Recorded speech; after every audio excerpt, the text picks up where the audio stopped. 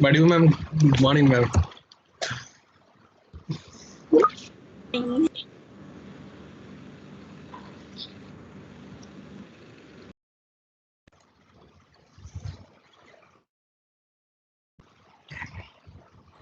ma'am. Hello, Pa. Hello.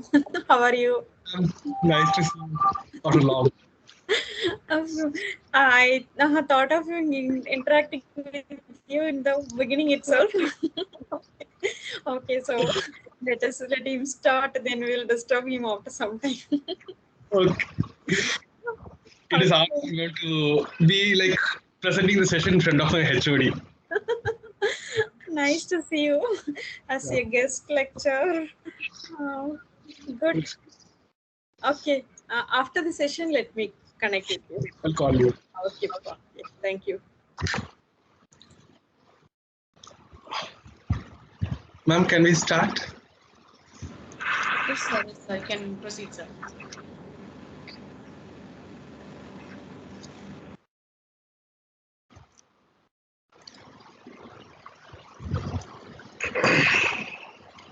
I'll have my.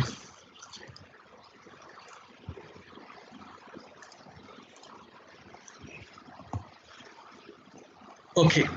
So uh, now I'm going to have my screen share completely so that I'll be able to switch between multiple windows in this session. Okay. So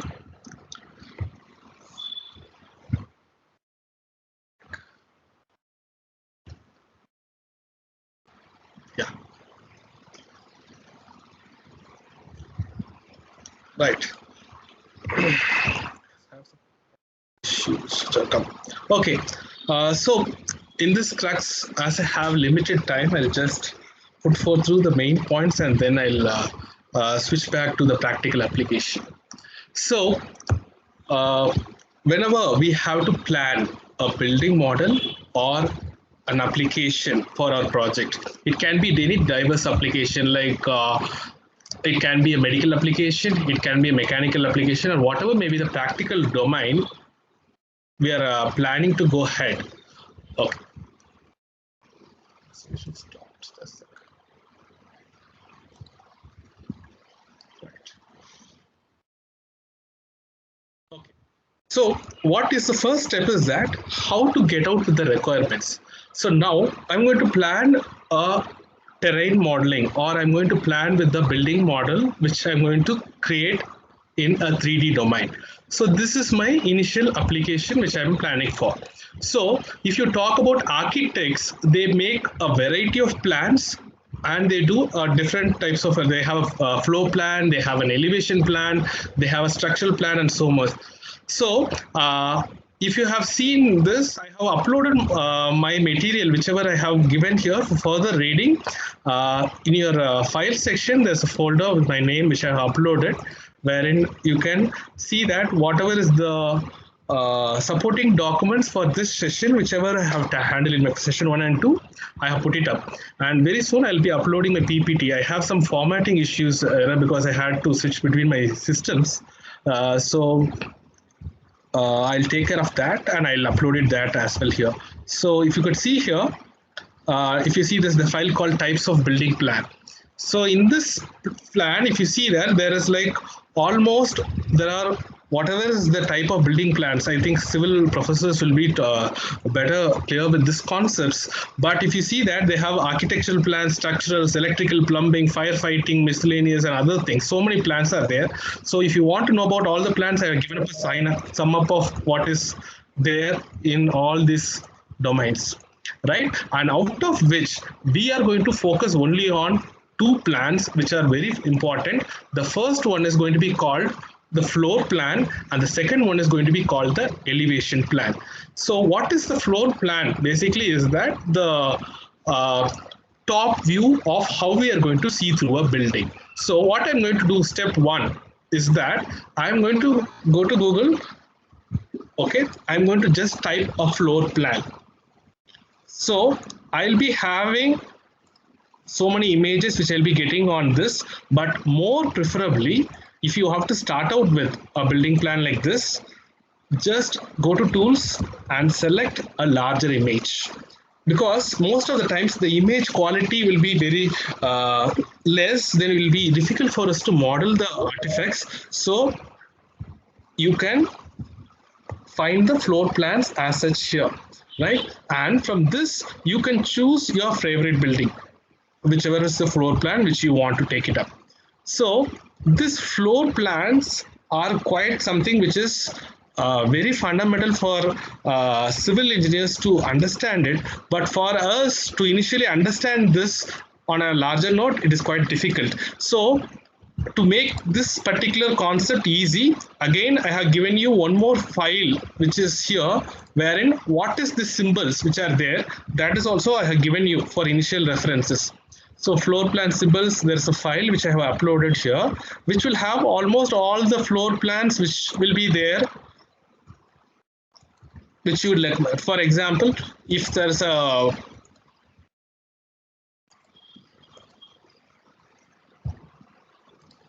okay, so can you see here? If it is going to be a staircase, how it is going to be drawn. If it is going to be a single bed. So if it is going to be a wall, if it's going to be a window, for each of these artifacts, how it is going to be drawn, I have given you some description so that it will be easy for you to refer if you are not able to initially understand this particular thing. So doors, windows, stairs, bedrooms, kitchen, and other things. So all these things are given to you for your reference. So it is not that difficult for anybody to understand this, because from seeing this images itself is very clear, except for the concept that about this doors and this drawings which we are getting here. Other than this, everything will be quite common for everybody to understand. So first, to go ahead with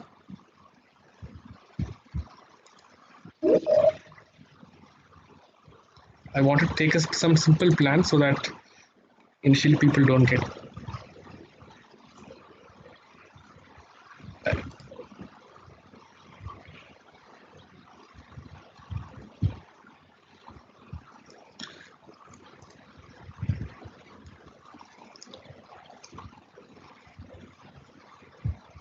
because if I have more time, I can explain you other things as well. Okay, maybe I can take this image. It is in color and it is quite big. Okay, so this is the image which we are planning to model, right? So here we have certain things. The entry into the house is here, and we have a hallway, and here you have a restroom, which is a western closet, bedroom, utility area, living room or dining room, kitchen, balcony. All of these artifacts is what we are planning to take it up. So what I'll do is that I can just save this image. In my in our class, generally, when we are creating for AR VR students, what we generally do is that we ask them to create their own model. So we give them a plan. We ask them, we say them that what is the type of building which they have to model, and based on that particular model, they will be designing their own buildings and artifacts. So this is how they go ahead with this process. You can go ahead either way. So I'll just show you.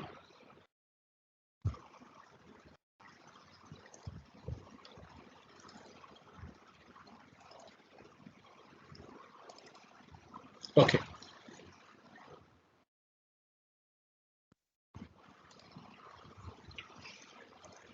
So we don't have that.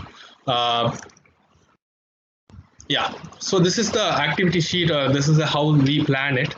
So we decide on what is the type of building, either it is going to be an apartment, or it is going to be a villa, or it is going to be a house, whatever is there, and what is the number of floors which are involved.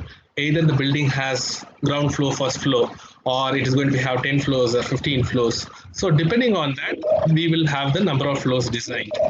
Then I have given here a specific number of rooms which are there, which are possible in a building, and the students are free to add up as many number of rooms which they want as per their likings. So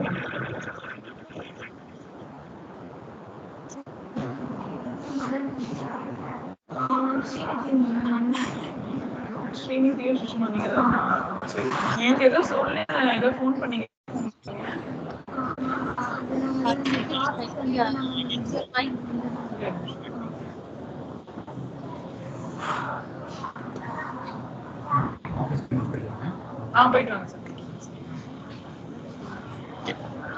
there's going to be a ground floor, the living room is going to be there in the ground floor. The students will be typing here the number of rooms.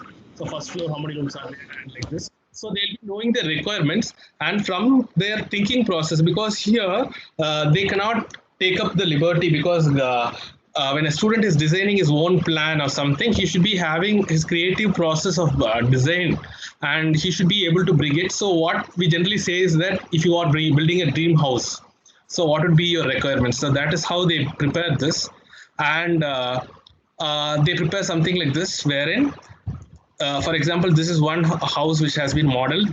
This is not according to the floor plan which you exactly see as per civil engineers do, but from the point of a designer. So it's just a sketch wherein we have designed, we have put here the doors. So if you see that whatever is the black bars which are there, they are the doors.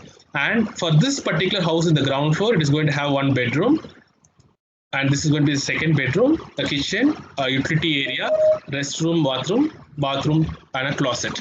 And here also you have a closet too, and a storeroom. So like this, they have planned up the building. Same way, you have a stairs which is going to be here, and then we go to the first floor.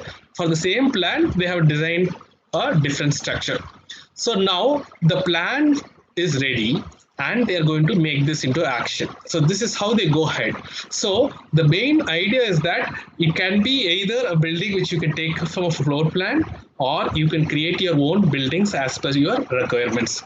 But the basic is that we need to know what is the concrete idea of how the structure of these buildings would really look like and how they would operate. This is the step one. So once you have this in purview, we are going to go to the next important part, which is called the Blender application, right? So if you see here, this is just the Blender. Once you open Blender, you will have this particular window which is popping up. So Blender is not only a 3D modeling tool or a 3D animation tool. You can do 2D animation using this. You can do visual effects. You can do video editing. You can do digital sculpting. You can even sculpt characters, like with clay modeling. Whatever you do it, you can do it on this particular tool. So it is an all-in-one package, but it is open source, first thing. Second thing is that is lightweighted, and third thing is that it is now able to do whatever is possible with other tools. Now it is possible with Blender also. So it is now becoming one of the most challenging competitors to other domains, because people, when they have to export, for example, faculty members and students, we have Autodesk products are free for us.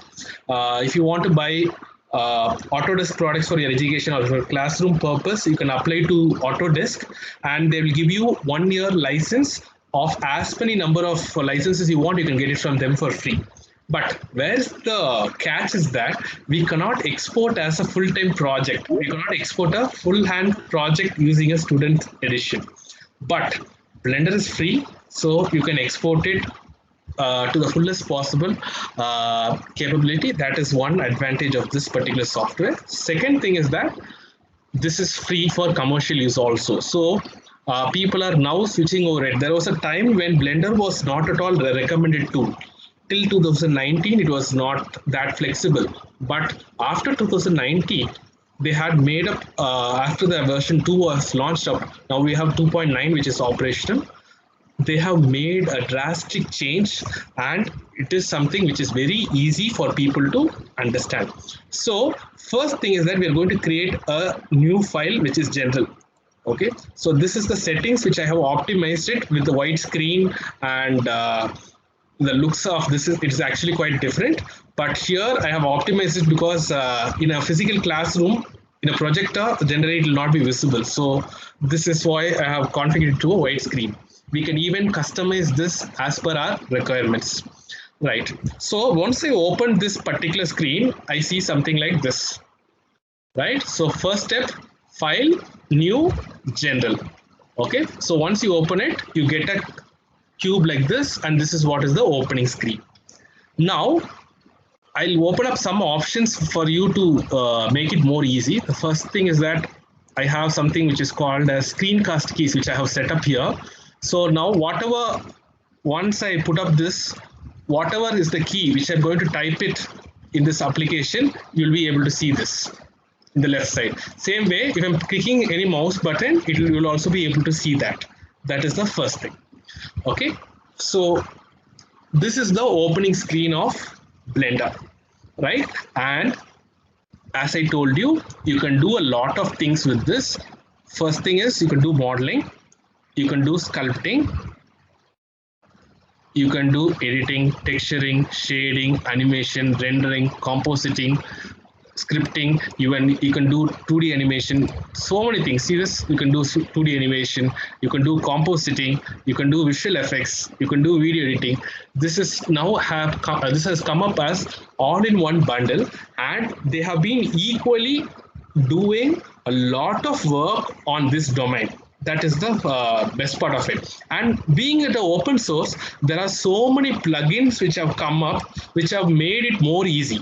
For example, if I have to create this thing, the screencast keys, which I showed you here, this is a plugin which I have installed so that whatever is that which I'm typing on screen, whichever is the shortcut which I'm pressing on screen, or whatever is the mouse click which I'm doing it on screen, I can do it very easily, because I can show it to my students easily. So this is why I'm using this. Right. So I'll just give you an overview of this particular interface. Very simple, very easy to use. Right. So if you see here, there are only 5 menus which are there. In Maya, if you have to take it, there will be so many menus. But here they made it very standard: file, edit, render, window, help. So this is going to be the standard menu set which is going to be used. Apart from that, whatever is the purpose, we can click that menu that is going to be there. For example, this is the default one. Layout is the default, and modeling is what I'm going to do. Right? So layout and modeling is what we are going to use for today's session also. But I can switch between these two menus by using just one simple key, which is called tab key. Can you see this?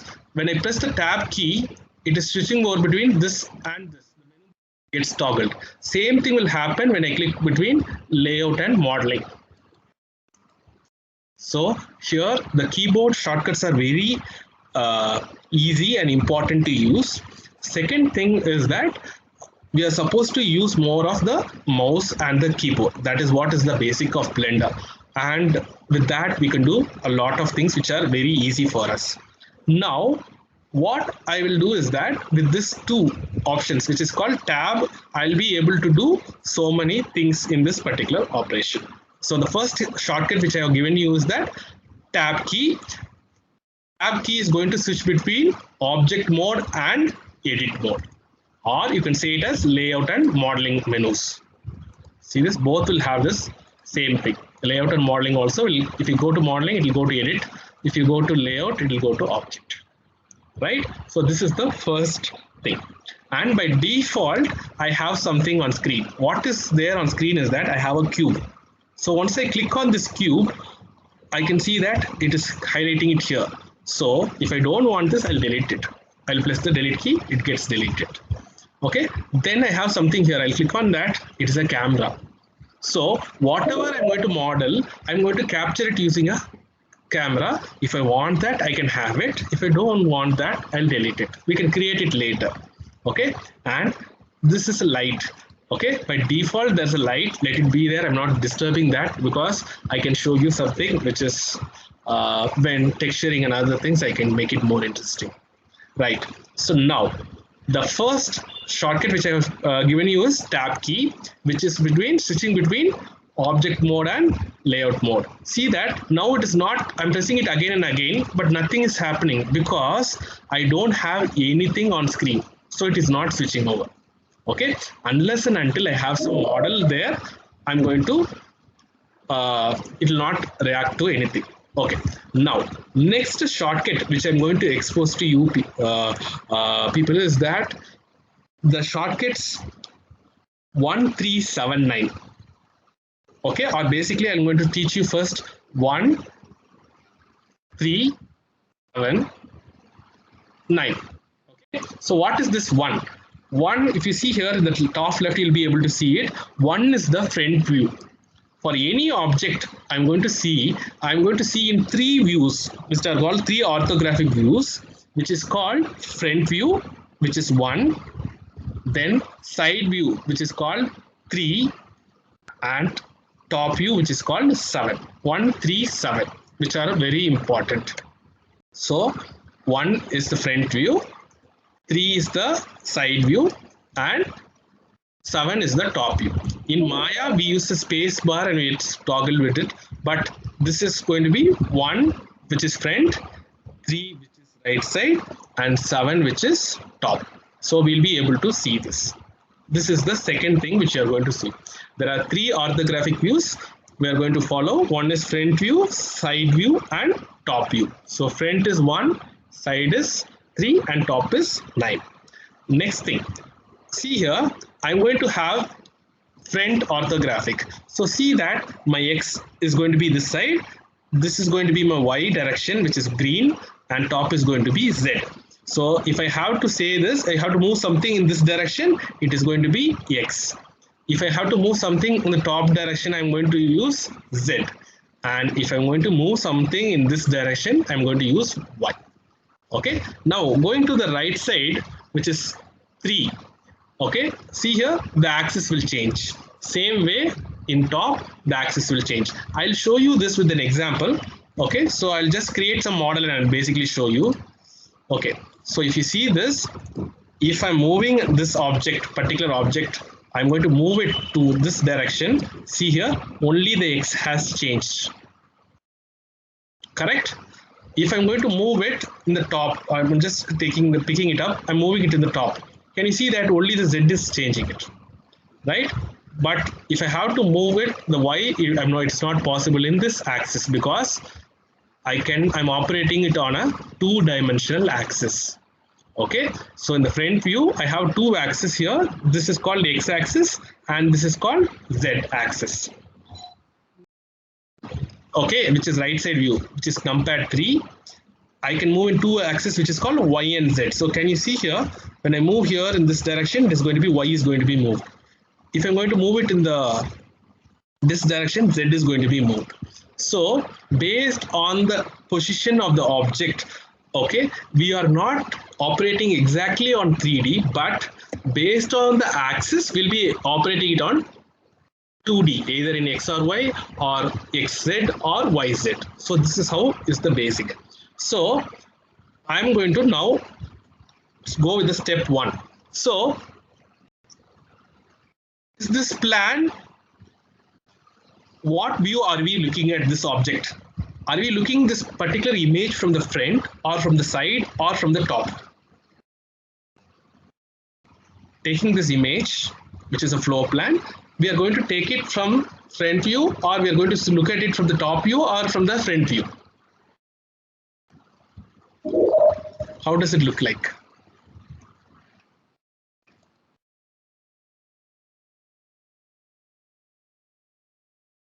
We have this front door parallel.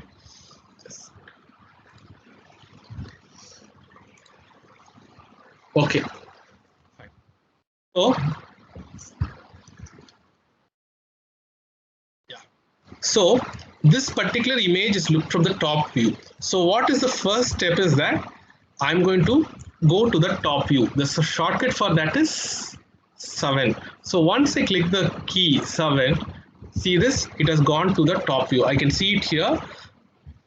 You can see it here, top view. Or else, if you do not know how to go with the key, you can just also go to view, viewport, top. View, viewport, top. So now it comes to the top view. First step I'm going to do is that I'm going to add this particular image as a reference image. So I'm going to open my folder. I'm going to check where is my image like this. So I think this, is the image. Okay, so once I open this image, that image gets loaded. See this? I'm going to have add reference image. So now this image is loaded into this. The same thing applies to any modeling software. If you want to go with Maya, or if you want to go with any modeling software, this step will be the ideology concept is the same. Okay, so now I have put up this particular image. To make it more easier, I'm putting it to the first quadrant so that it is easy for me to navigate it. So I will put it like this and I will navigate this. So how to navigate this particular thing is that I'm just pushing the mouse wheel. Can you, if I move through the mouse wheel, it will enlarge it. Okay, if I press that and rotate it, it will rotate it in all the axes as needed. Then if I want to enlarge it, I can use the left and right mouse clicks. Okay, so now again, if I press 7, it will come back to the normal position. So now I'm going to push it to some quadrant. Okay, so now this is my window.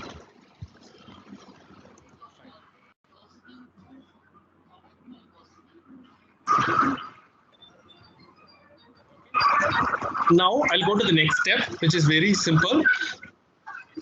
We have the top view. We are just going to work on this view and we are going to proceed it further. So taking it in the next positive direction, I'm going to add something which is going to be a plane. So see this, I'm going to add a plane. The plane has been created here. So this is the next step. So I'm going to do 3 operations here. One is called moving the object from one position to other. This is called grabbing. G is the shortcut, grabbing. So I'm going to grab this and I can move it to any position I want. First thing. Second thing is that I want to make it big. So that is called scaling. So I can scale it to any size I want. Right? If I want to rotate it, I can rotate that, which is again, the shortcut will be R.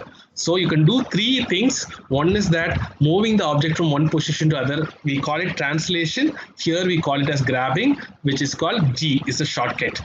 Second thing is that you can scale it, which is called S, which is the second shortcut.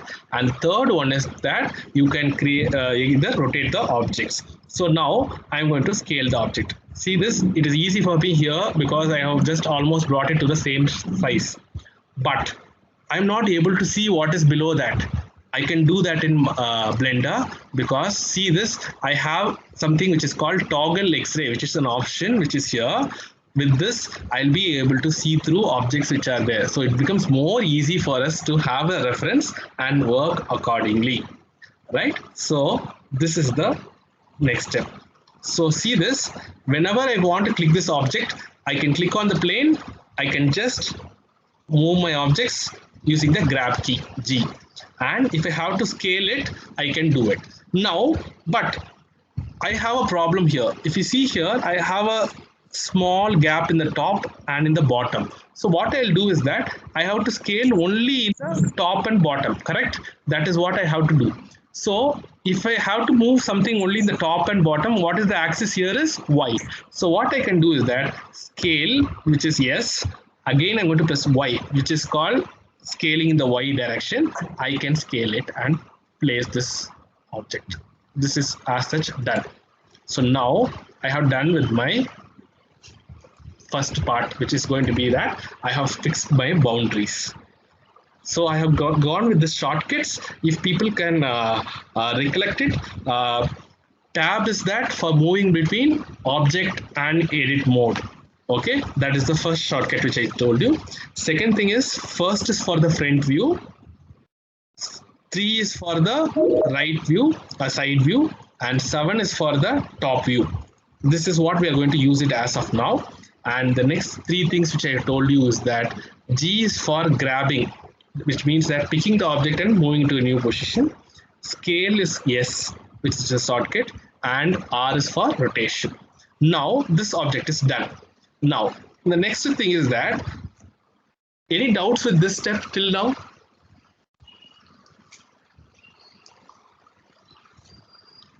No, sir. Can I move ahead? Okay. Yes, sir. So now, yes, sir.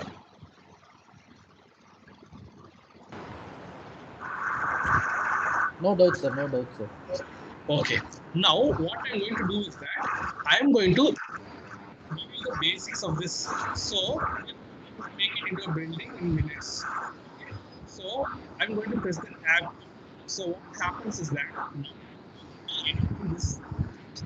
So, when you make a 3D model, it has certain parts which you can edit. Can you see here? The first one is called vertex, the other one is called edge, and the other one is called face. And the shortcuts are already given there. So when I press Control V, is vertex, so it is going to select vertex. If I press Control E, it is going to select edge. And if it's going to be Control F, it is going for face. So roughly speaking, V is for vertex, E is for edge, and F is for face. Okay, the first letter is going to be the shortcuts. Anyway, we'll come to that later.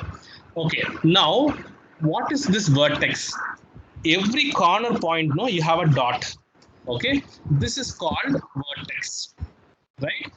Anything which is connecting two vertex, two dots, is called an edge, and anything which is here covering the whole region, no, edge, 4 edges, is called face.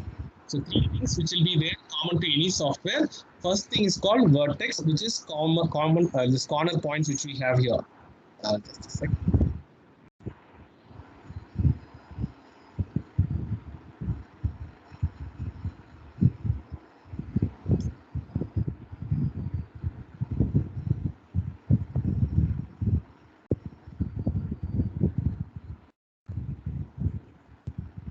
So if you can see here, this corner point, this is called vertex. Okay, this is called vertex, right? And every 4 corners will have a vertex. And when anything which is a line which is connecting that is called edge, and anything which is there enclosing this 4, no, this particular thing is going to be called the face. Okay, so with this we can do a lot of things. For example, I'll say you, if in case I'm going to pick up this particular vertex which is there in this corner, I'm going to pick this point, grab, which means that grab it. I'm going to move it here. It becomes a triangle, right? I can pick up this point again. I can still make it more intense like this. So I can do a lot of things with this particular vertex, which is my corner points, right? And anything which is going to be covering that is going to be called the edges and face. Okay, so I'll come undo and I perfectly fit it. Okay, now I'm going to give you one more shortcut which is there, which will work only in the edit mode, which is called as ring cut. What is this called? Ring cut is that Control R is the shortcut, ring cut. See this, what I can do is once I press this Control R is that I'll be getting a line which is there in the middle. Can you see that yellow line which is coming there? What is this line is that I'm going to cut this particular house into smaller parts. So I have for this building, the outer line is available, but there should be an inner line for this building, which is the wall. No, the wall is between 2 lines, correct? So what I'm going to do is that I'm going to create another wall. So I'm going to press Control R. Once you click on this, you'll see that there's a line which is coming in the middle. So I'll click that and I'll slowly move without lifting my mouse key.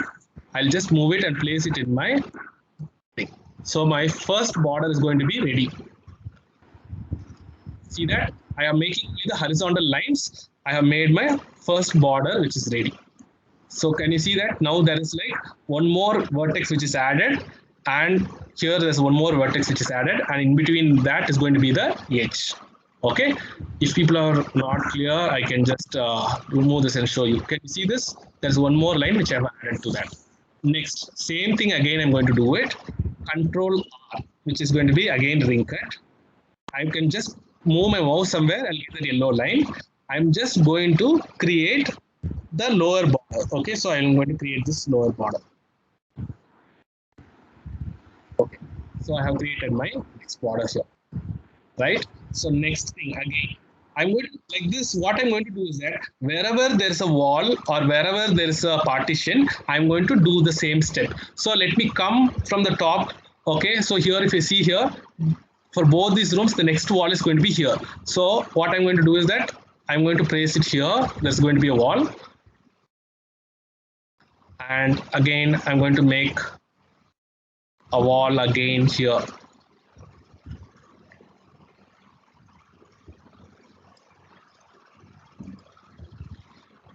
Fine. So I have made this. Next, again to this dissection, again I can have a wall here. Can you see this?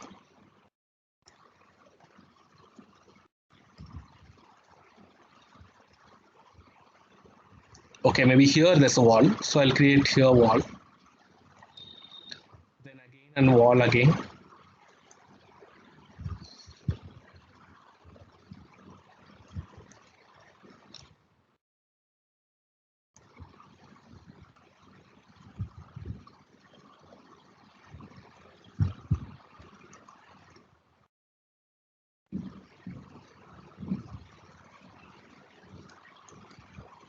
Right?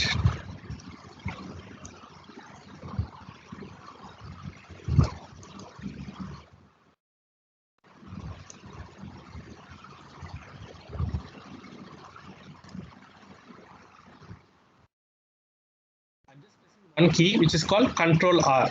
So here in the same thing, it is called as edge loop in Maya or 3ds Max, but here it is called as ring cut. So Control R is the shortcut. I can even zoom in and I can make it more convenient for me. So see this, a line is created once I press Control R. I'll just click the mouse, I'll move it to the position, and wherever there is a wall in the vertical direction, I'll just create that. So see this, again I'm creating.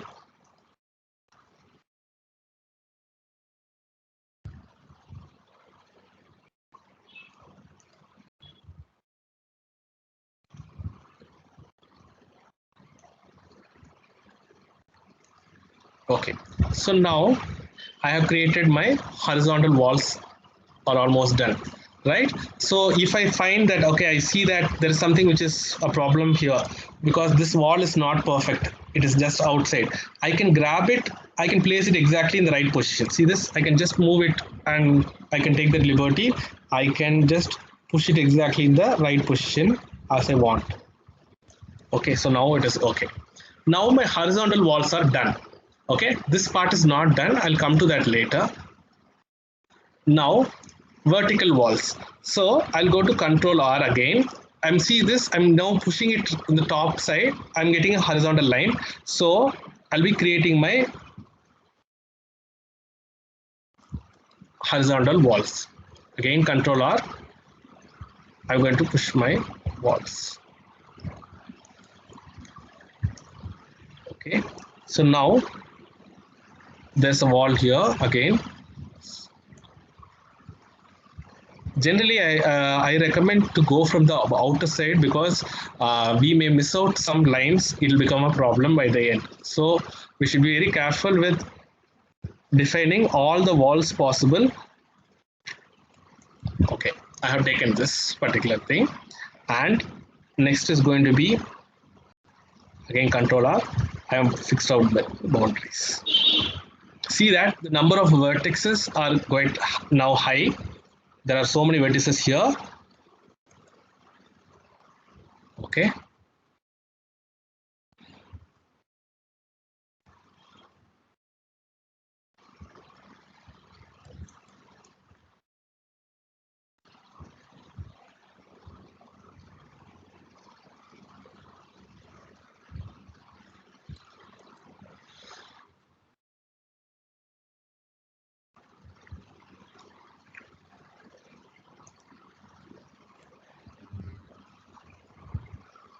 Okay, so now we have done the top view. Still now we have been there only in the top view.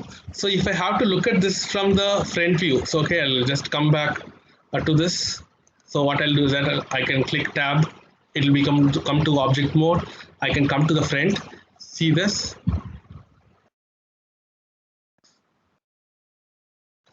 I used a cube. No, it's a plane. Did I use extrude?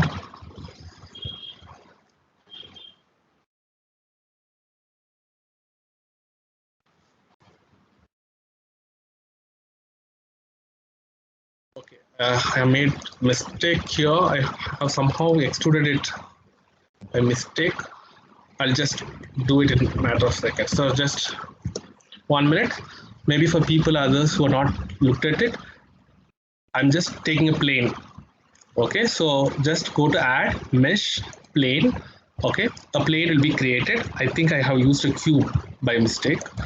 You can use it, not a problem, but this will be more easy in the long course of action. Okay, so just expand it, grab it, put it into locations where you want. If you want to go only in a particular direction, okay, then you can use scaling in only that particular direction. So scale Y. So you can put that, and I can fit this into that particular location exactly. If I want to put it only in the X direction, I have to scale it. Yes, X is the shortcut. I'll put it. Now this is done. So once I go to finish this, I'll go to the tab mode, which is the edit mode. I can go with ring cut. What is this ring cut? Is that Control R is the shortcut. So I'll be defining my boundaries. So just click on it once, and then you can move it. You do not even click. You do not even hold the mouse. See this? I'm just clicking on it. Then I can just leave the mouse. I can just move it to that position and again click it. So this is the most easiest way you can ever go ahead with this. So just I'll again do this.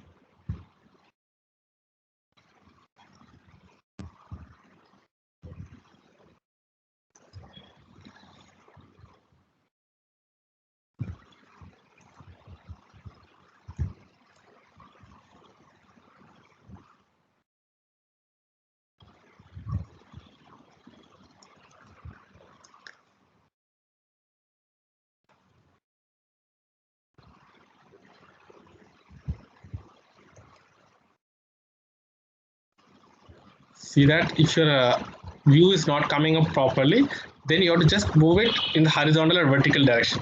So see this? If it's not coming in the horizontal, just move it above the image, you will get that. Okay, Control R. So now I have almost done my horizontal splitting. Now I'll go with my vertical splitting. So I'll go with my topmost border.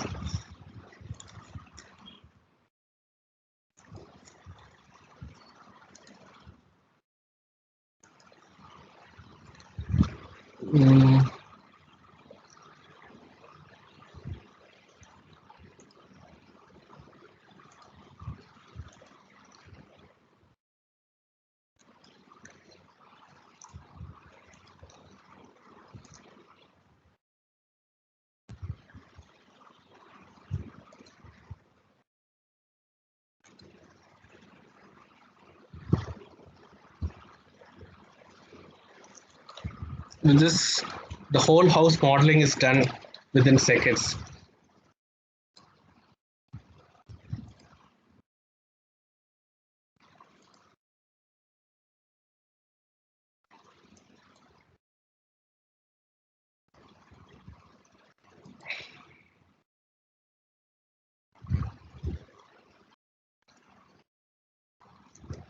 Okay, so I'm done with my initial layout design.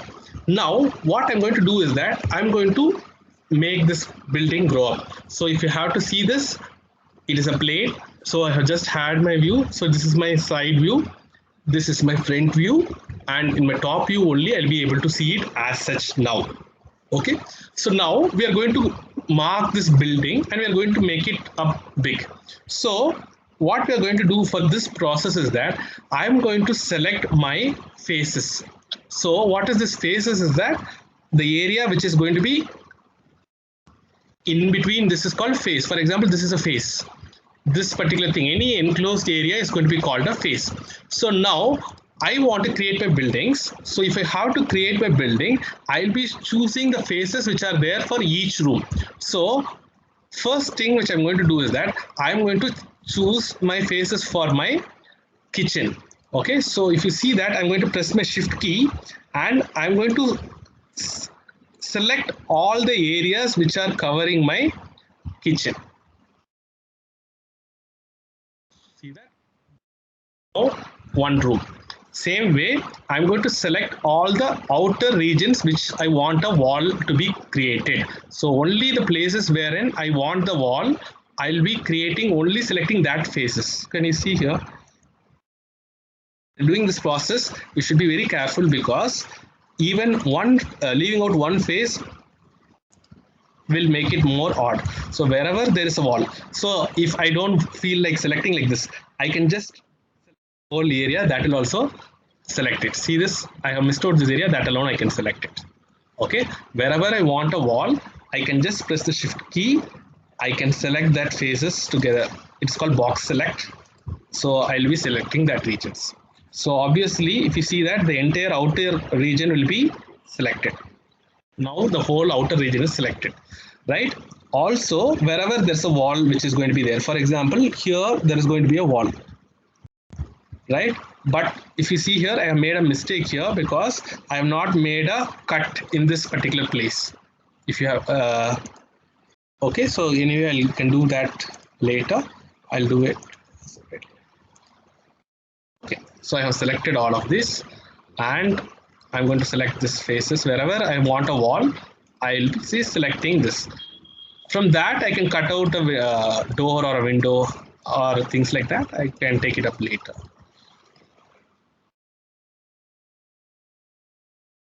So these are my rooms, and here also wherever there's a window also I'll be taking it as of now as a wall. I don't mind about it. Okay, here also I have made a mistake wherein I have not made a cut. Okay, so these are the areas wherein I have now selected. Okay, so now this particular rooms are now selected. I'll maybe take this also because here I have a wall. I can cut this region as such required. Okay, so now I have selected all the regions whichever I want. If you want to be very specific, I can just show you here. Can you see this? Wherever there's a room wall outside, I have selected that particular faces. And this is the region we are going to extrude or we are going to make it into the building. So now after I have selected, I'll come to the front view. What is the front view shortcut is 1. So once I press the 1, it will come to the front view. Now I can press the key called E. E is for extruding. Okay, so I'll just press the E key, which is extruding, and I'll just lift up my mouse. See this, to the level I want, I can lift up my mouse. Automatically, I'll be having that areas which are done to be extruded. So see this, now I'm going to preview this building. Can you see that whichever rooms I have stipulated there are now extruded and are as per this thing.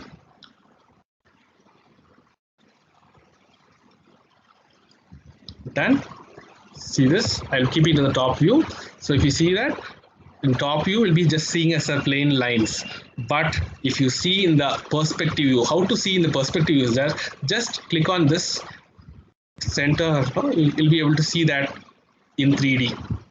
This house has been created. If you want to make it more solid, remove this toggle, you'll see it as a solid building.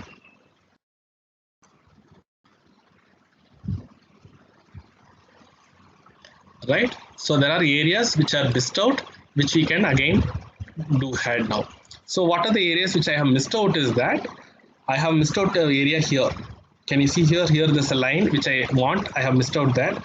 And here there's also a wall which I have missed out because I have not cut it. So what I'll do is that again now I can cut this into pieces. So I'll move it here. I'll cut it. Again, I'll cut this region. Again here, I have to cut this. Again, here, I have to cut this. Okay, now again I have to select this faces because I have to extrude this region. I have extruded the other parts, but these parts are not extruded. So I'll be extruding this regions again. Same way, I didn't extrude this wall, so I'll extrude this again. Okay, so these are the areas which are missed out. If you want, again I can check it once more because I should not extrude a wall which is already extruded.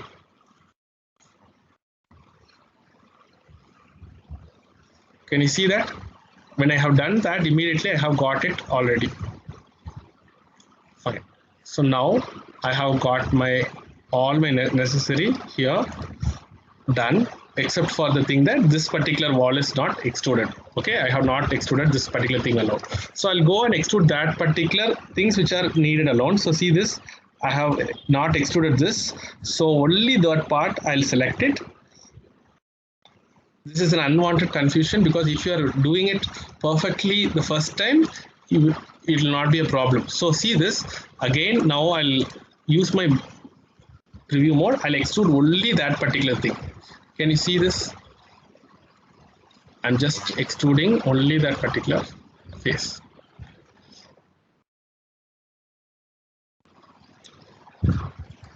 Okay, so now I have done this. So now my model is perfectly done.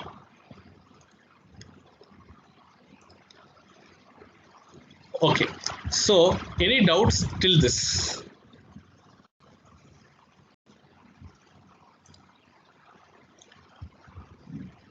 Any doubts till this? Still we are not done with the balcony, but we'll go ahead with that. Okay, so now only thing which is left over in this particular building is that we have some, this is going to be the entrance of the house, which is going to be pending, and we also have a balcony which is going to be here. So I need to have some details of that which is needed, so I'll go with that. So now see this, I have my house which is here, and if you look at this plan very clearly in detail, there are certain things which have been kept. The first thing is that here you have a window, here there's a window, here there's a window, and here you have a larger window, and here there are doors which have to be put into this particular building. That is first one part of the story.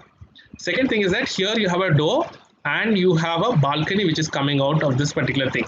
It may be a ground floor building, or it can be a case as such required. So what I'll do is that I will go to this particular top view. See that now I'm going to again display my object. I'm going to go to this view. So what view is this? This is the user plane. So I'll go to this view, and you see that this is the area wherein I have to have my balcony, right? So how do I put this balcony?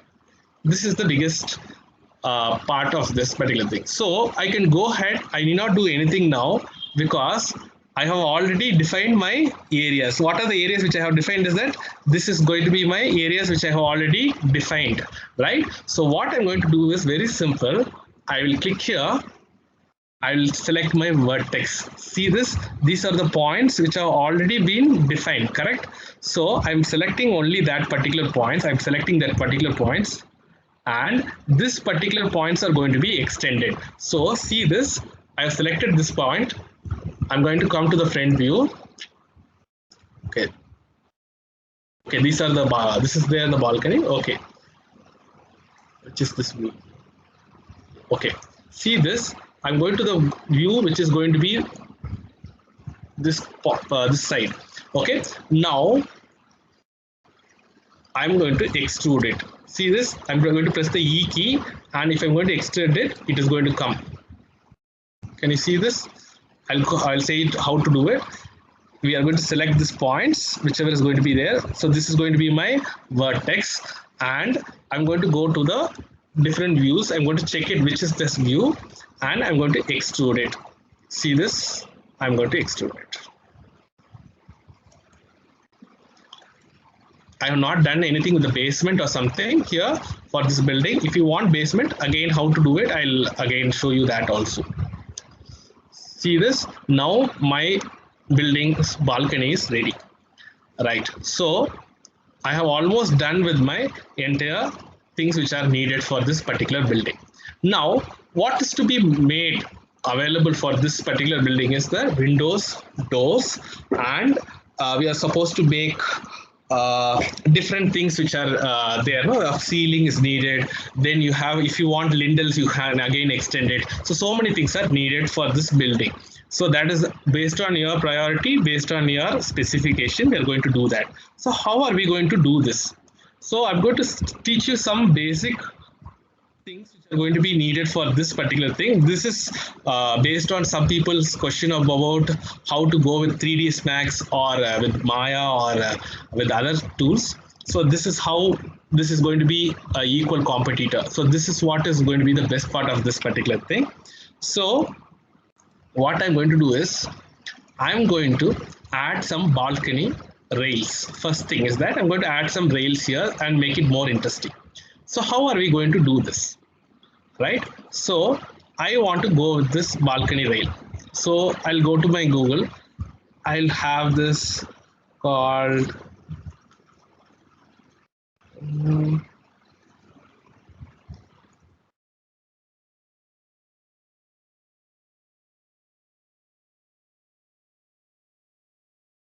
some pillar design. I'm just taking some samples. It is about your creativity and how you take it up. So okay, so I have a design like this.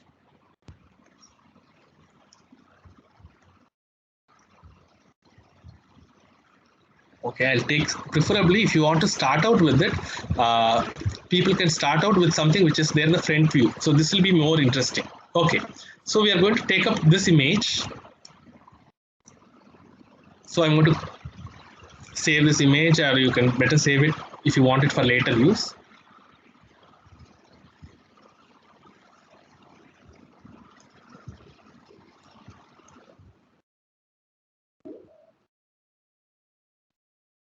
Okay, so now we have the next image which is important. I'm going to make this as my balcony design. So what I'm going to do is that this was the top view. For this image which I have taken up here, this is going to be, which view is it? It's like, it's the front view, right? I'm looking at the object from the front. So I'll go here to the front view. So where is the front view? It is going to be here.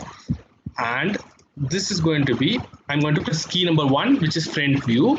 I'm going to add this design first. Okay, this is what I'm going to do. So I'm going to create this image. See that this image has come, and this image I'm going to make it big. I'm not going to make everything. I'm just going to make it.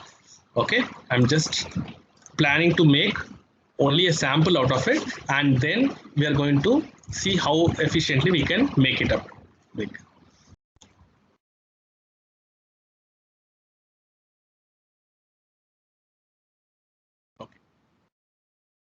Okay, so this is my design.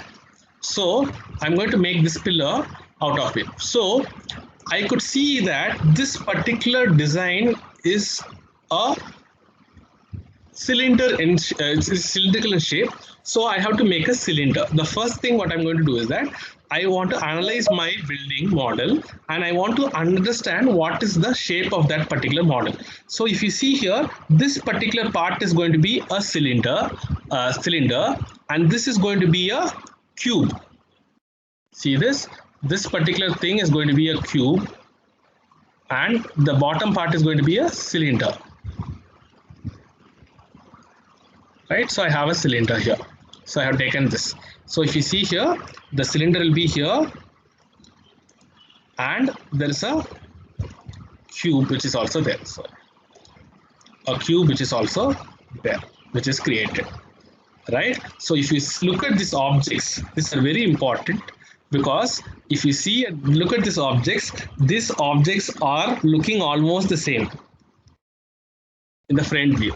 Right? I go to the side view, again these objects will look almost the same. The top view, if I see this, there I'll see the difference, because a cylinder will be round in shape and the cube will be square in shape. Okay, these are all 2D drawings, but where will I get the 3D view is that when I turn around the objects and see this objects will look different. Right? So now we are going to model this object. So what I'll do, I'll take this cube. How to find whether it's a cube or a cylinder? When I click on the object here, you'll see that it's a cube. So what I'm going to do is, I'm pressing shift plus the center mouse key to move this object. I'm just going to grab this, move it, and put it here. See this? I have grabbed it, moved it, and put it here. And I'm going to scale it. What I'm going to scale it is that I'm going to scale it only in the Z direction. With this simple operations of scaling, rotation, and translation, you can do a lot. Okay, scaling in the x direction, I can decrease the width of this object. See this? Now I have my pillars base, which is done. Now I'm going to go with my next property here, which is my cylinder. So I'm going to take this up. I'm going to bring it here. It is not matching out with that requirements, right? Because it is like something which is there. Okay, so I'll go to the top view. If you see that both the cylinder and the cube should be in the same position. So I have made it to the same position. Now they are there in the same position. So I'm seeing it. I'm just moving this, sorry. See this? I'm going to move it to the center.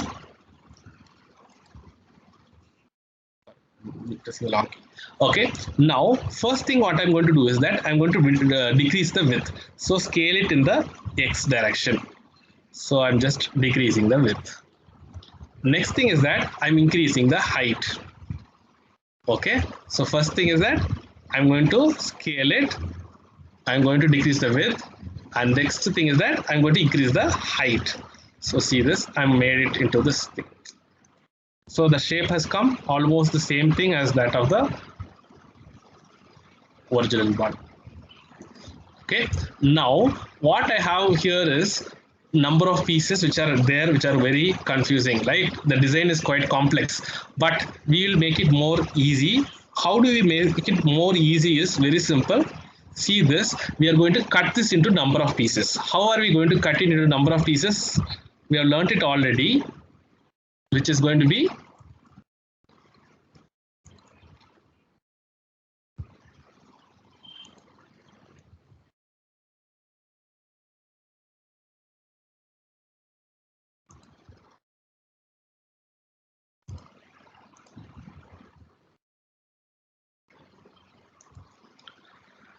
done.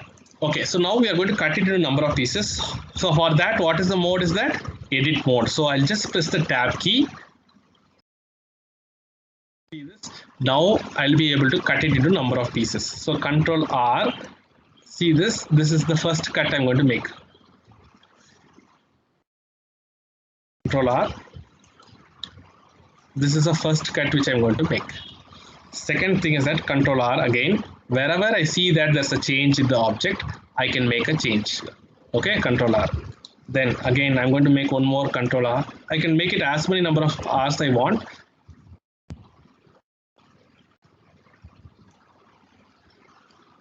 Okay.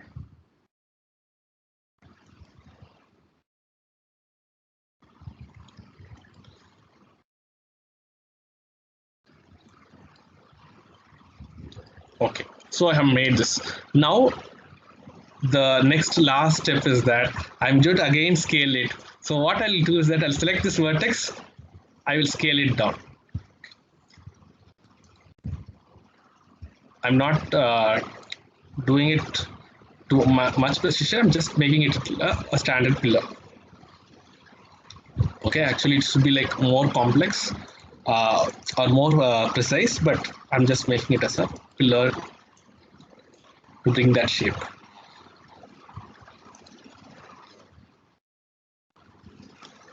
I'm just selecting this object. I'm making it scale it up or down. I can do it. I can just get the pillar.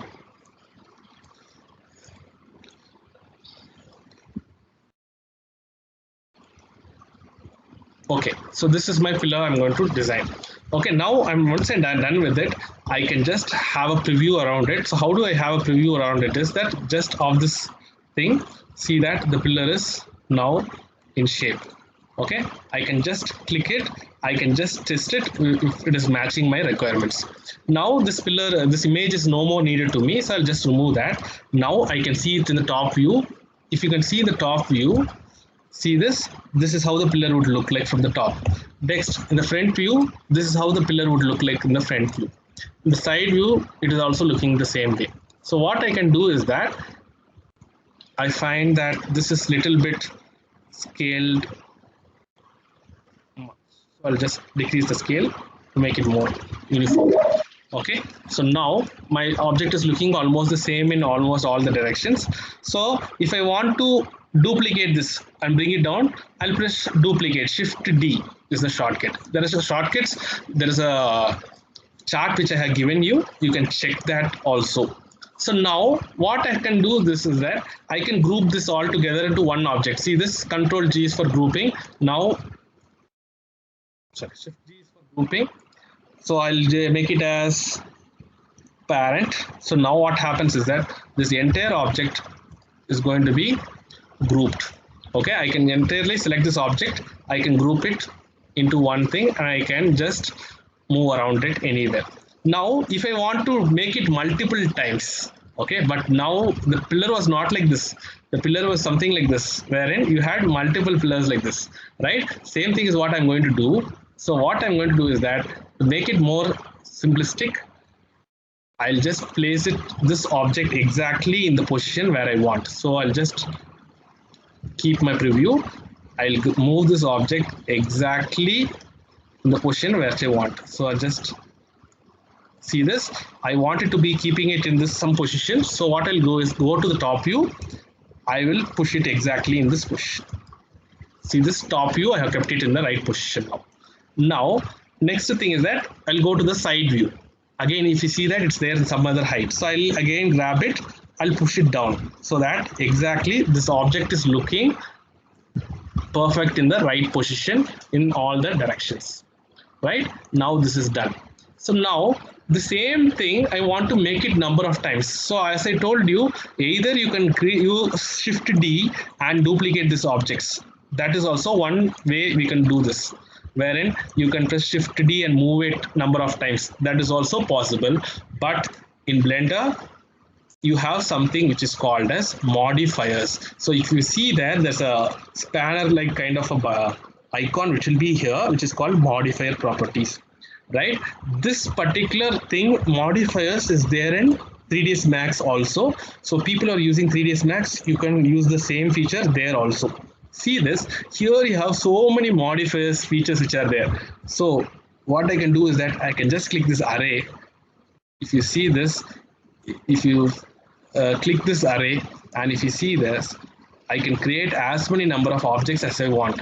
So first thing which I'll do is that I will group these objects together, or I will blend this all together. So select all. Okay, what I'll do is that I will group this into a collection. See this, I have made it to a collection. So what will happen is that all these objects get blended into one collection of objects. I can do that. See this, whenever I click on this collection, they are now all into one collection of objects. I can do that, or I can simply, if you are not interested in that, I can use this modifier. See this, I can use this modifier. There's an option called Boolean. I can use the union of that. I can merge all of them together into one single object. See this, first object, I'll select it. I'll add modifier, Boolean, union, and I'll select this second object. If you're not able to select that, then what you can do is that just click on this object here. You will get all these objects possible. So this cube one is the other one. I can just select it and I click apply. So now what will happen is that, sorry, this is cylinder. Sorry. Cylinder. Okay, now I'll click apply. So now what happens is that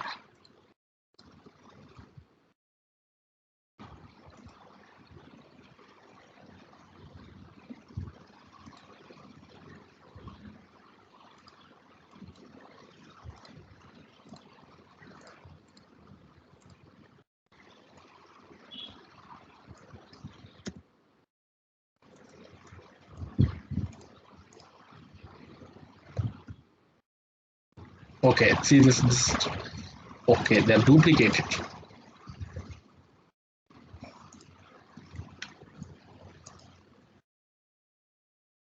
Okay, there are so many objects which are duplicated. Fine. So now this is one object. This object, what I'll do is that This is cube 1.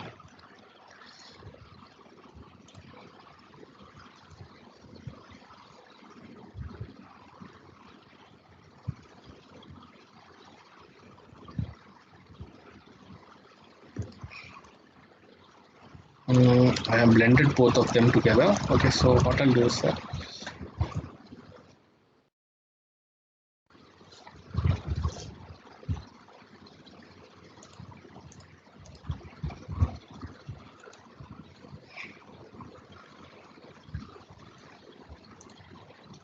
okay, I don't have an option because I have already duplicated it. So what I can do is that I can just create one more cube. That's it.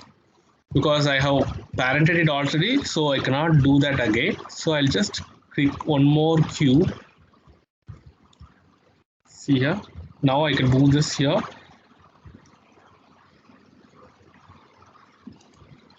Again, I can scale it down.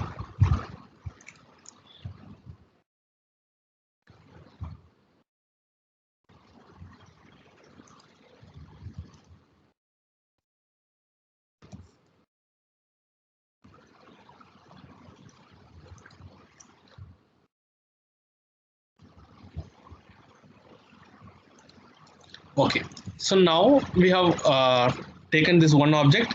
So this object can be again now linked with this particular object. This is called cube2. So I can add a modifier called boolean again, and I can select this particular object. So I can either use this ink filler if I am not able to clearly understand what is that. So I'll click cylinder.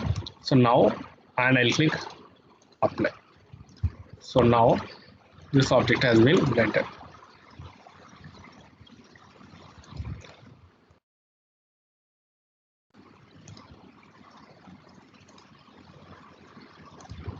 Sorry, I'm using difference.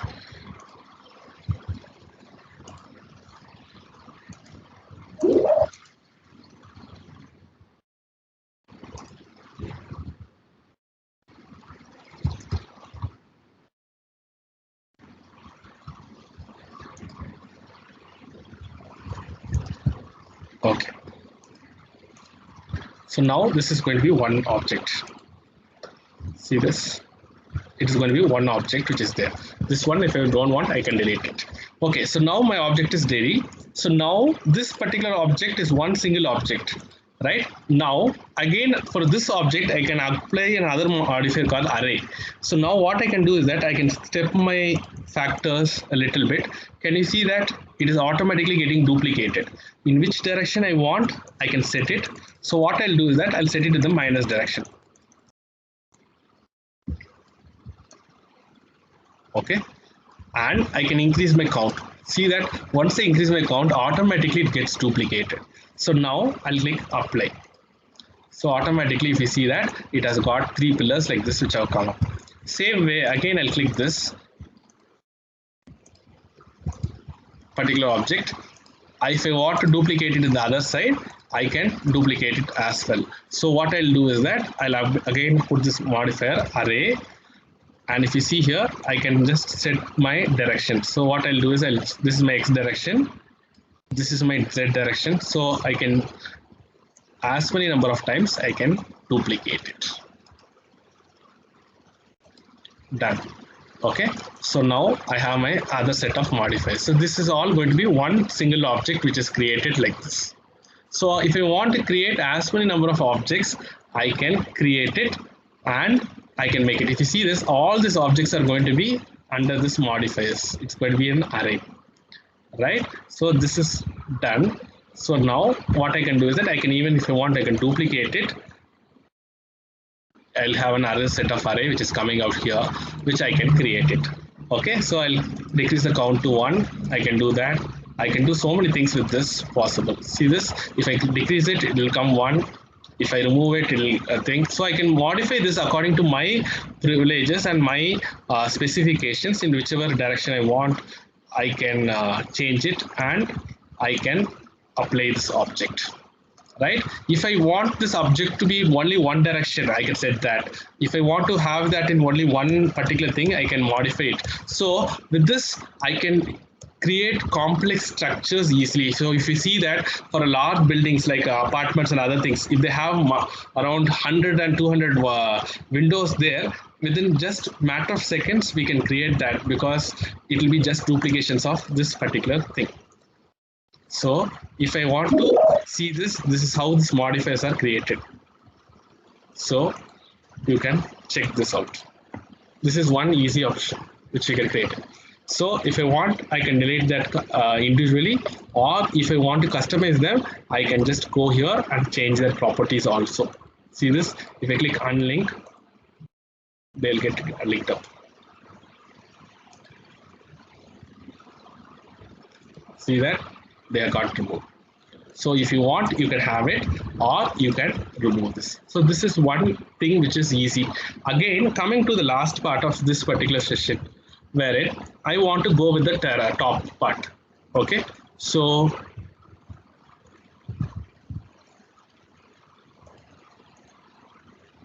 okay, so if you want to go to the top part, I just want to cover this building and other things. So very simple to do that, because anything which has 4 sides, I can just cover it up as when I want. So I'll just go to the top view again. See this, same thing what we did earlier, but this time we are going to make it a little more different. What we're going to do is that we're going to go to the edit view, select what all areas we want. Where is this?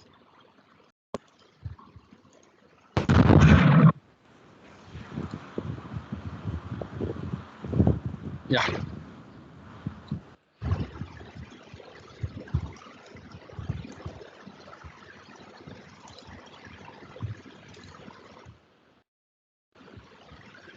See this is a plane. I'm selecting the plane. I'm going to top view, and if you see here there's a plane, right? I'm going to again go to the select the planes here. I'm going to just select the edges. I'm going to select this particular room. I'm going to have the covering. So see this kitchen is what I want. So I'll select the entire kitchen, inner walls, right? And I'm going to press the key F. Okay, that is going to give me my covering of the top. Can you see this? It has already come there.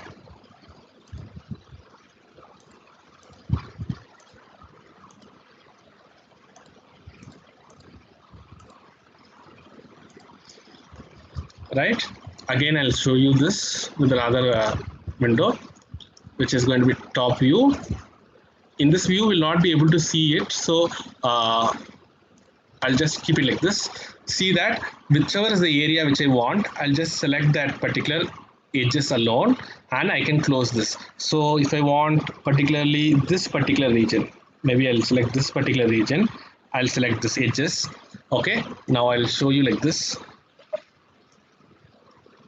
Okay, I'll just press the F key, it will fill up the top part. Okay, if I want only this particular thing, so what I should do is that I should keep it only the perspective view. I should select it properly, so I should know what is my borders, and clearly I can then do it. So I'll just select this particular part. Can you see this? I'm selecting just the inner region. I'm also selecting this part. Okay,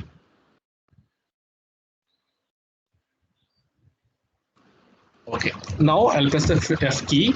So now what has happened is that it will be giving me the top walls. So with this, I'll be able to create almost very complex structures in the easiest fashion possible. So see this, I have not selected this properly, so it is not giving me the right output.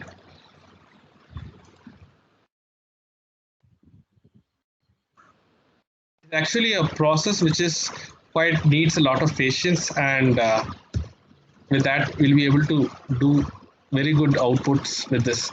Okay, so for example, I can take this, all these buildings can be closed like this. So even I can take up this entire circle, I can press the F key, I'll get that. Okay, not necessary I have to select room by room. I can just select almost all the inner walls. I can select F key, I'll get that entire output. That is also possible. See this?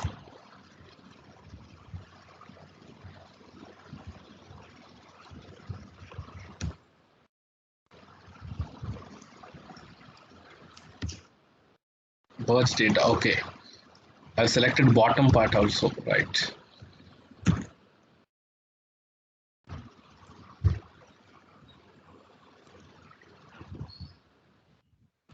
Okay, it's a merged face. I've selected some more in the bottom. Okay.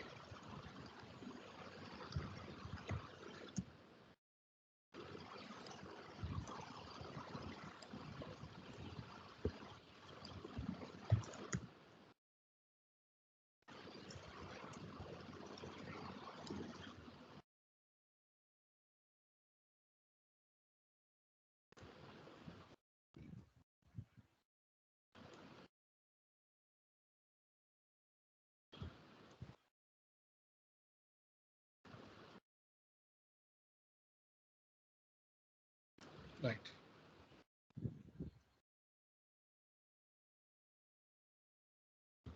Okay. Can you see this? Now it is selected. So with this, I'll be able to do this.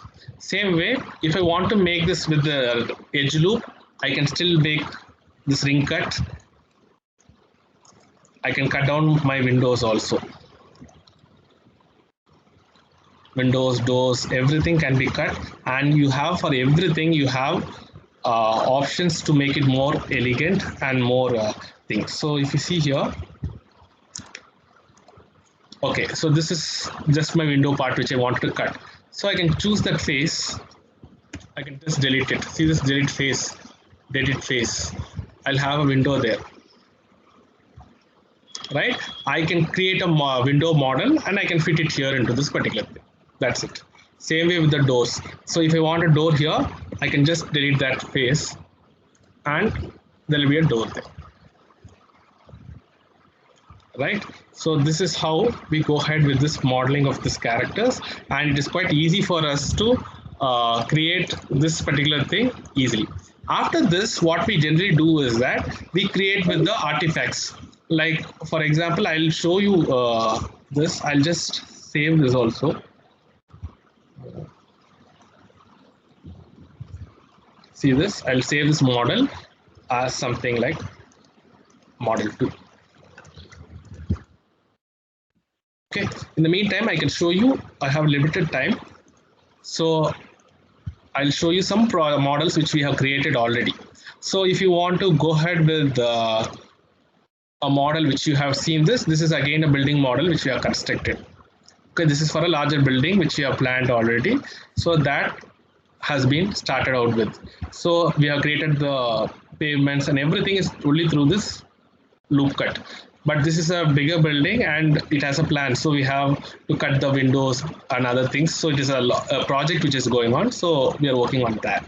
Same way, if you see here, there are other things which you can go. So this is a pillar which has been modeled based on this. So if you see that the accuracy of this particular thing is very intense. And if you see here, the image is loaded up.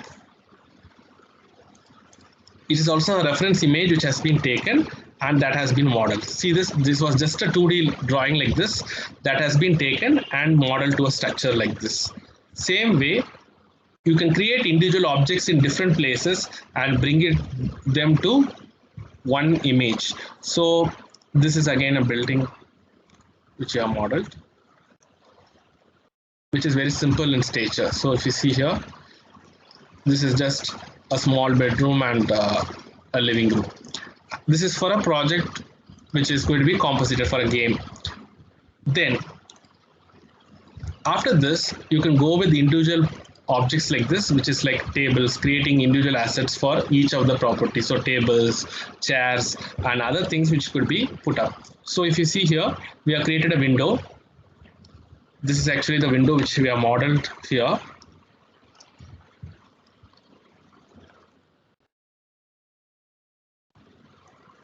Wherein the frame has been designed. So if you see this is outer frame is there. Inside that we have made 2 windows and we have left the space here for the glass to be fitted. Same way, if you see here, the latch for this particular thing is modeled.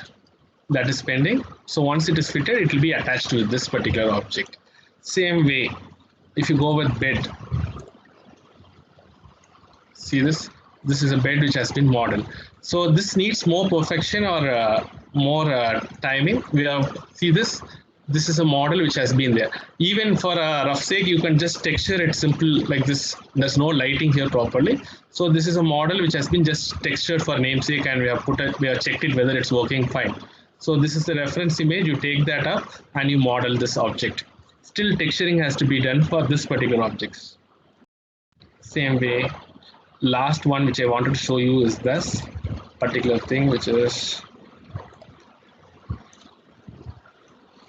this model. If you see here, you can do stairs, you can do a lot of things with this, and this is one model which is finally done. This is actually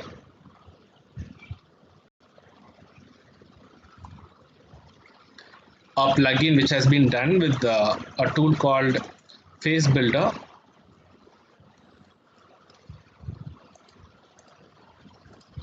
Okay. Can you see this model? How it has been done? Still, hair has to be fixed for this building, for this particular image. And this is a model which has been modeled with the image. So if you could see here, this is just one real-time image which has been taken, and with this you can create a model like this, a 3D model like this, and this is an image of a person. Okay, still there is no face which has been kept, and if you see here, this is actually a 3D model. This could be easily done with this particular Blender and other tools very easily. This is a add-on which is called Face Builder, wherein the hair is not fixed for the model, so it will not be able to even see that. But what we have done here is we have taken the model here and we have applied an image over to that. So you can have 3D models created for your VR objects. You can create your this thing. So here, if you see here, we have applied just the front image. The side image, the back hairline and other things are not given for this dummy model. But this could be done easily within seconds, within hours. But the same thing, if you have to go and use it using Maya, it is going to be very difficult. Or if you are going to use it with 3ds Max, it is difficult. But if you have to go with Mudbox or even sculpting tool like this, it is going to be easy. So there are so many options which are there with this, wherein you can start modeling, you can do get innovative and make it more interesting.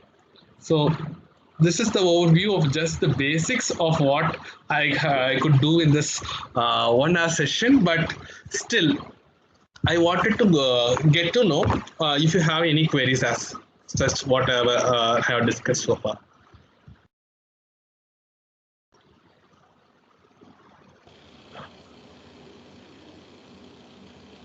Participants, Sir, they is have this how for jewelry making is? Pardon, sir? Is this how jewelry models are also made, sir? Sir, actually jewelry models are made in 3D, sir. Actually 2D, sir. We generally, what we do is we use either Photoshop or Illustrator. We design that 2D model and then we apply that over this existing models. That's it. Okay, sir. Thank you. Thank you. Like what I can do is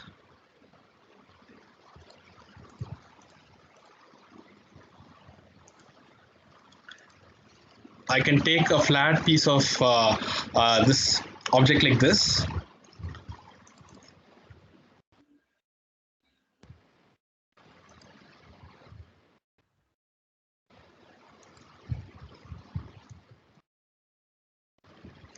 They make the jewelry like this, and above this what they do is that they make the pattern fitted.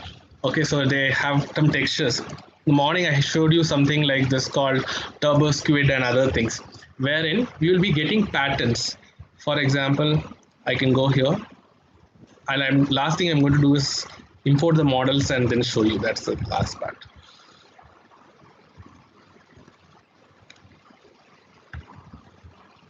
See, if you see here, 3D models is one thing which you can download.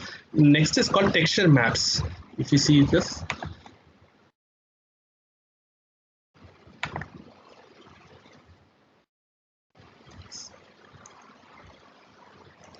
your system has.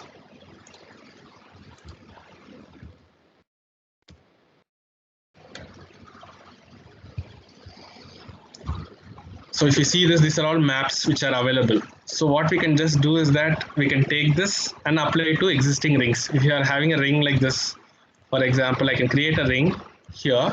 I can apply that to this object.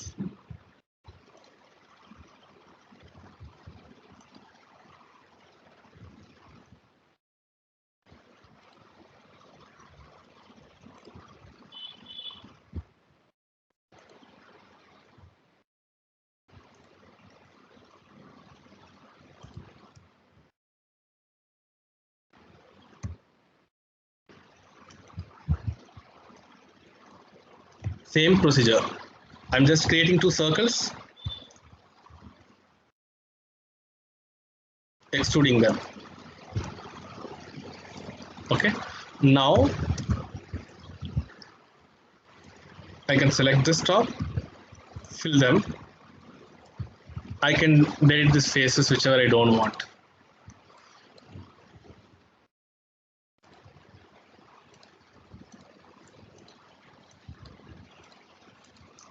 So now this rings will be created, and what they'll do is that they'll apply this for this, instead of this particular thing, they'll apply this image. That's it. We don't actually literally create it. We just create an impression as though that it is a jewelry. That's it.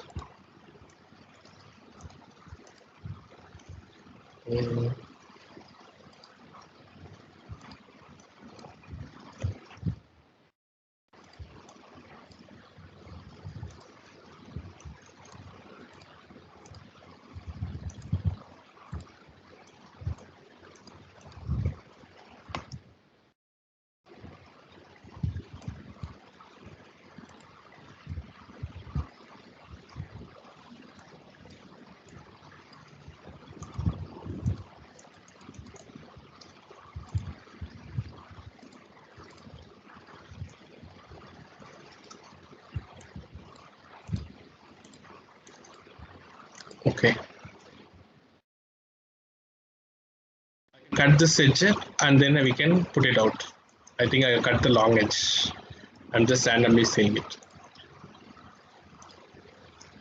I can apply this texture over this object. This is just an image which is going to be there. I can just download it as a JPEG image. I can apply it over that object. That's it. It will get applied. Same way, if I have to download a 3D model, then what I can do is, you see here,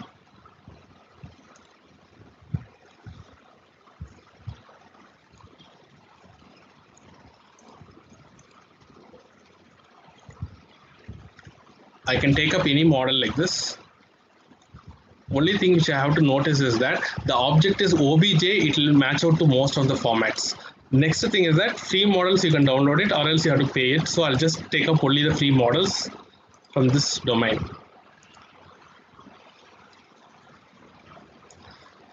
And especially when we are going on an online class like this, the problems which we face is that first thing is that the system response time may be slow. That is one thing. And next problem we face is the system getting hanged up. So sometimes it gets overloaded. The things which will normally work may not work. So that is again a normal problem which we face when, especially with the Teams and online 3D softwares like this. Very true, sir. Understandable. Yeah. Okay. So I'll take this model for example. So if you see this particular model, this is perfect. But if you see this, it looks more elegant. I want this model. But if you see what are the file formats it supports, if it's not supporting OBJ or if it's not supporting DAE, something which Blender supports, then this model is not conducive for me to use. So once it is done, I feel that okay, OBJ is there, so I can use this model. So I can just download this. So you'll be asked to log in if you want, okay, into this. If you are for same thing with free 3D, this site, it is free. You need not even register sometimes, or you can directly go with Google sometimes and download it. So it depends on the application which you are using. So I'll just go with this. I'll go with some model which is easy to download. Because the file size again plays a very major role for you. Some go with GBs, some go with MBs, some go with KBs. So depending on that, whenever we are going for VR, the ideal size should be as low as possible, because the more the file size, we are going to composite multiple objects, it is going to become more difficult. Okay, so see this here, this particular object, the first one, no, it is .obj.blend. It means that it is supported by Blender also. So this is something which is easy for me because it is very specific to my software. So I can just download this.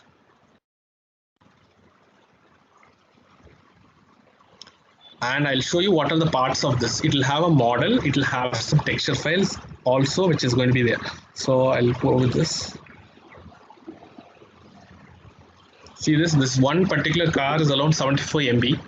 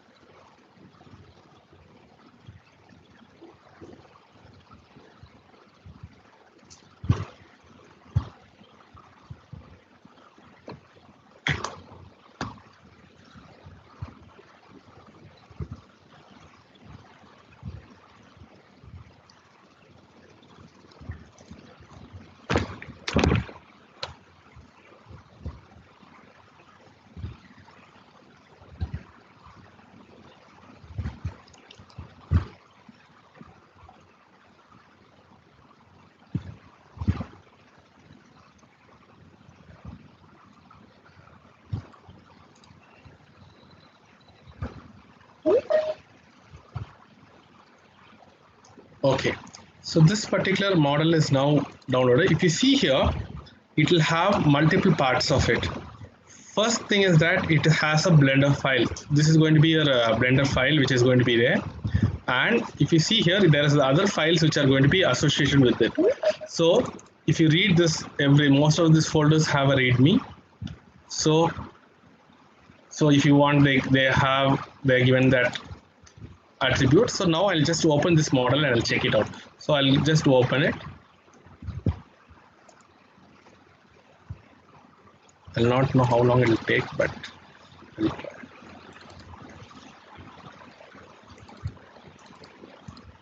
Okay, see this blend is the file which I'm going to open it. So I'm just opening this.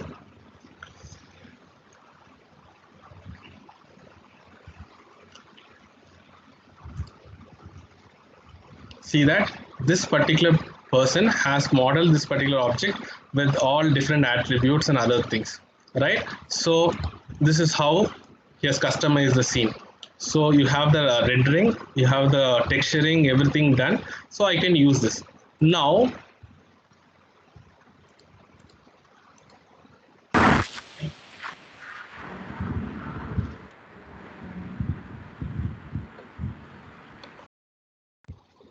yeah, so if you can see here, I still have my entire object like this.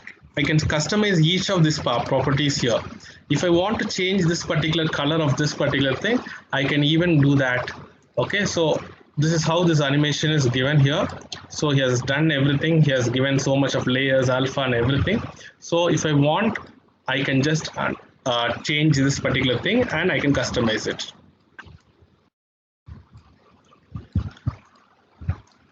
But unless and until we know the exact layer and we know the exact parameters, we can easily customize this. That is how it goes. And if you see here, he has given so much of colors, he has given so much of textures and other things. So he has used a mix of elements. So we have to know which is the correct layer and which is this. For example, this is not a color which is has painted here. He has painted a texture. Can you see this? There's like a mixed combination of blue and two colors which are blend. So it means that he has used a texture map which is going to be there. So we have to understand that very clearly what he has used, and accordingly we can edit it. So that takes a lot of time. If it's a simple model, it's easy for us to edit it, or else we can configure each of this property according to our needs. Okay, so this particular object is looking something like this at the end. And he has set up so much of changes in the layout. See this, he has given text view, he has given change the entire layout of the panel. So it is taking a lot of time for us to understand this particular layout. But if you are able to manage this, if you are able to understand this and put it into it, it is going to be perfectly done, because his intention is here is for a game. So game logic is given here. He has gone with scripting, he has gone with editing and other things. So it takes a lot of professional input to edit this particular type of model. Basic models will be easily able to edit it and do any changes as we want. Okay. Delete elements, that I can do it as of now, but coloring and texturing and other things, we need to understand what they have actually done and understand this. See this, he has even worked on the interiors of this particular car.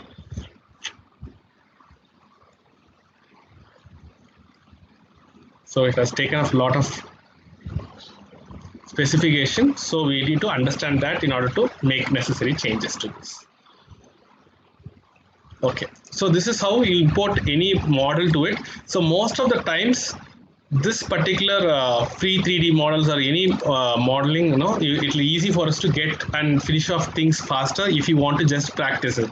For virtual reality, when we are doing it, we generally do not spend much time on this particular modeling, because out of it in texturing, because when I apply texture, the whole look of it goes different. So there is one tool which is called Lumion, which is a professional tool which we generally use it, but this is a very highly sophisticated tool, and it is actually free for academic institutions as well.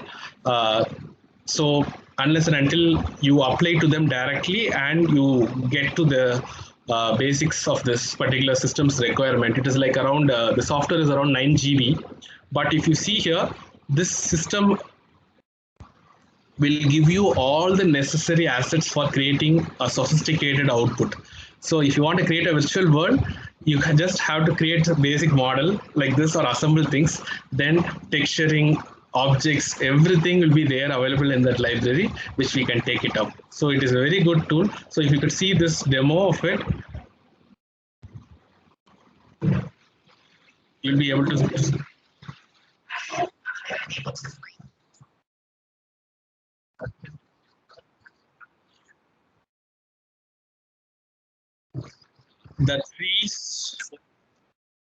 the trees, the glass affects the cars which are moving, the animations, everything is done within the software. So we do not do anything.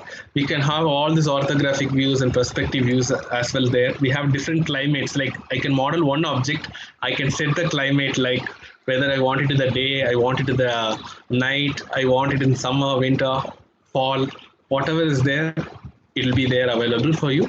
And we can customize each wall, each texture, each tree, everything can be customized according to our taste. There will be a large array of library elements, and it makes the base model sophisticated. So I just need to model my house. All these things can be added up in just a drag and drop kind of a thing, and it will be more. This is again a professional tool which people are using. Now they're coming up with version 12, but this software is again free for academic institutions. Most of the softwares except for Adobe Corporation, almost all the other softwares related with AR, VR, or with multimedia and other related domains are free for academic institutions. And especially with 3D and with the AR, VR, and gaming applications. Unity is free, Unreal Engine is free.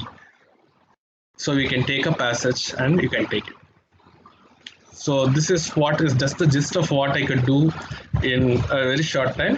So with this, I'll stop my presentation. If you have any queries, I'll open for it.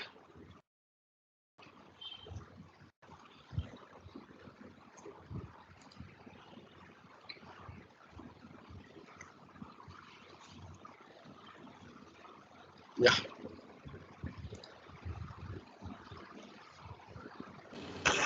Dear participants, if you have any queries, you can ask. Sir, am I audible? Yes, ma'am. Sir, is there any course or like available on Coursera or something where we can get the detailed thing of this, so that because you have given us this introduction 1 or 2 hours, and if I want to evaluate and want to analyze it properly, so can you give some links and all? Okay, ma'am. I'll give you some suggested materials. I think, if I'm not mistaken, I would have given that in the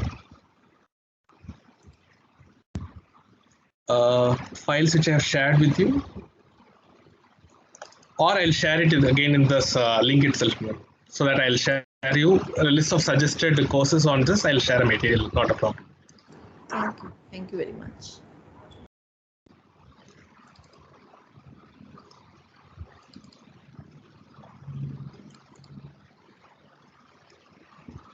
I've given you a Blender overview, a file called Blender overview, wherein the basics of this particular thing is given. I have given you some 3D modeling tools, list of 3D modeling tools and AR, VR tools, which are there. Again, that is also given in one of the files. Then building plans, what are the real estate industries and floor plans. Like different files on this, whatever I have covered today, I have given you some suggested further reading materials which you can make use of. It is there in the file section, and ma'am could also help you share the materials in your WhatsApp group or something. And any other questions which have been floated so far? Yeah. Okay, Dinesh sir has asked in the beginning how AR is going to change the way of marketing. Right, sir, to this question, which you have asked in the beginning, now it's not about selling products which are going to be with a catalog, but with customized experiences. That is first thing. So you're not going to, if it's an academic institution, we are not going to take them on a campus tour anymore. It is going to be like they are going to literally have a physical walkthrough through the campus, understand what are the equipments there and everything. They can even have a look around that is going to be possible. Second thing is that it will be personalized experiences for each of the people. Like we had a system wherein we have limited timetable slots and other things, but now it is a methodology wherein now with VR content and these things, a student need not have access to the lab within the particular duration of time. He can take it up as many number of times as he want and in different cases. So the cost is going to be virtual and it's going to be shared. It's not going to be the resources are going to be optimized. So that is again another thing. Second thing is that in terms of reusability, many people are going to use the same product again. It's not that it's like the same faculty need not teach the subject again and again. It's like it's there in the repository and people are going to take it forward for years to come. So this is how it is going to be taken forward. So that is again the ideology about how AR and VR is going to change it. And people are going to learn this using this. No more books and concepts, wherein now it's going to be application-based learning. And sir, develop virtual lab for mechanical engineering practicals. Virtual lab, you can create augmented reality lab that is possible as such kind of now. But for a virtual lab, if every student is able to have a virtual reality headset and with that computing resources, we will be able to create virtual labs. But as of current situation, virtual labs, we were trying out with parallelly using a virtual lab setup for this 3D animation, but using it on a cloud service with the internet capabilities is a very big challenge.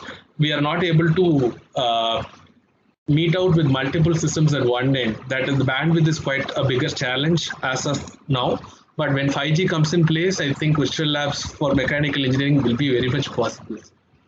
But now we can create AR gadgets, which would be possible for mechanical devices. That is one thing.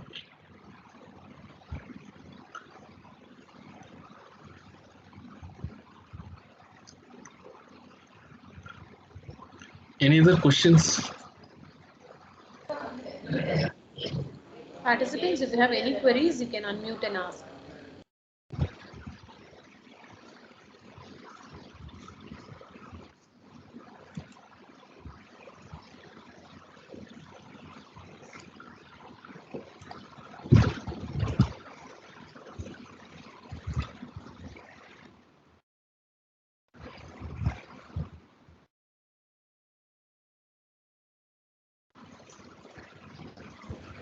Sir, I think there are no queries. I think we can wind up. Okay. Thank you, sir. Thank you for a wonderful session. And the hands-on was very interesting and you explained it very clearly. Thank you, sir. Thank you so much. Thank you so much to Sairam Institutions and Shankari ma'am. She's following up around for 3-4 months. We have been talking on this FDP, and ma'am has been very cooperative and she has been following up for a long time. So thanks to the institution for taking up ARVR and taking this FDP very successfully. And most of the people know we are like. We have been like more of friends through FDPs. Either it's Amit Kamra sir or Martin sir or most of the guests who are there. The guests have been curated very well, and most of them are experts in their own domain and fields. So happy to be a part of this session, and I hope this FTP will be of useful to people. And this is one particular domain. If you think has so much of potential in the near future. So I wish all of you take it up efficiently. You can ping me if you have any queries. In my mail ID is also given there, and I have my contact number, so you can ping me to mail. I'll reply you for sure. Thank you so much. Thank you, sir. Thank you, sir. Thank This you. is Sankari. Thank you, sir. Thank you, very ma'am. much, sir. Thank you.